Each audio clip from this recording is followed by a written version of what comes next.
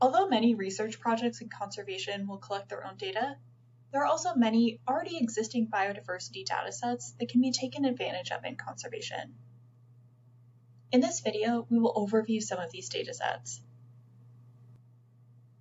Outside of traditional knowledge, which has been passed on since time immemorial, one of the oldest sources of biodiversity data that we have is natural history collections.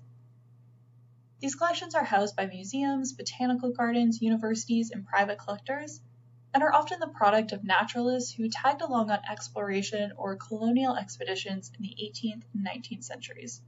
So we have to acknowledge the stolen and often painful history of many of these collections. For example, Charles Darwin was aboard the second voyage of the HMS Beagle, which aimed to survey Patagonia and Tierra del Fuego, but also sought to increase Britain's presence in South America, as the Spanish-American Wars of Independence had weakened Spain's position as a colonial ruler on the continent.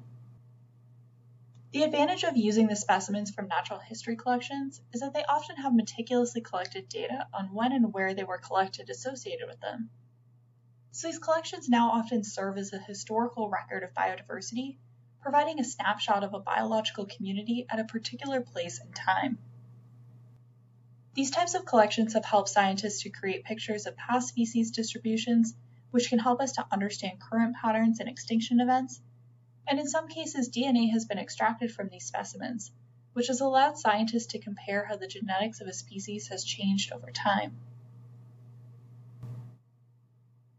Today, most of the biodiversity data collected is in digital form.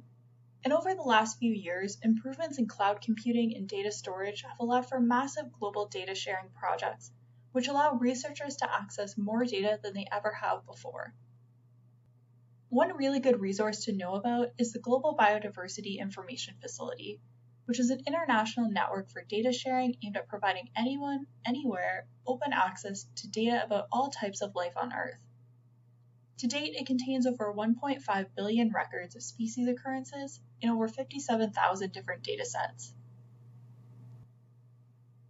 The digital era has also allowed anyone with a smartphone to get involved with the collection and dissemination of biodiversity data through community science projects.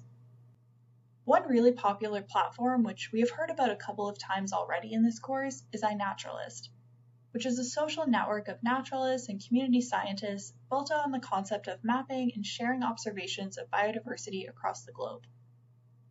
Users can upload a picture of an organism either on the website or mobile app, and then other users will help to identify the species in the image. When an observation has a geolocation, date, and timestamp, which it automatically does if the photo was taken on a smartphone, unless the user chooses to obscure the location, and at least 2 users have agreed upon the identification, it becomes research grade and can be downloaded by anyone for use in scientific research. To date, there are over 84 million observations entered into the platform by over 1.9 million people and representing over 300,000 different species.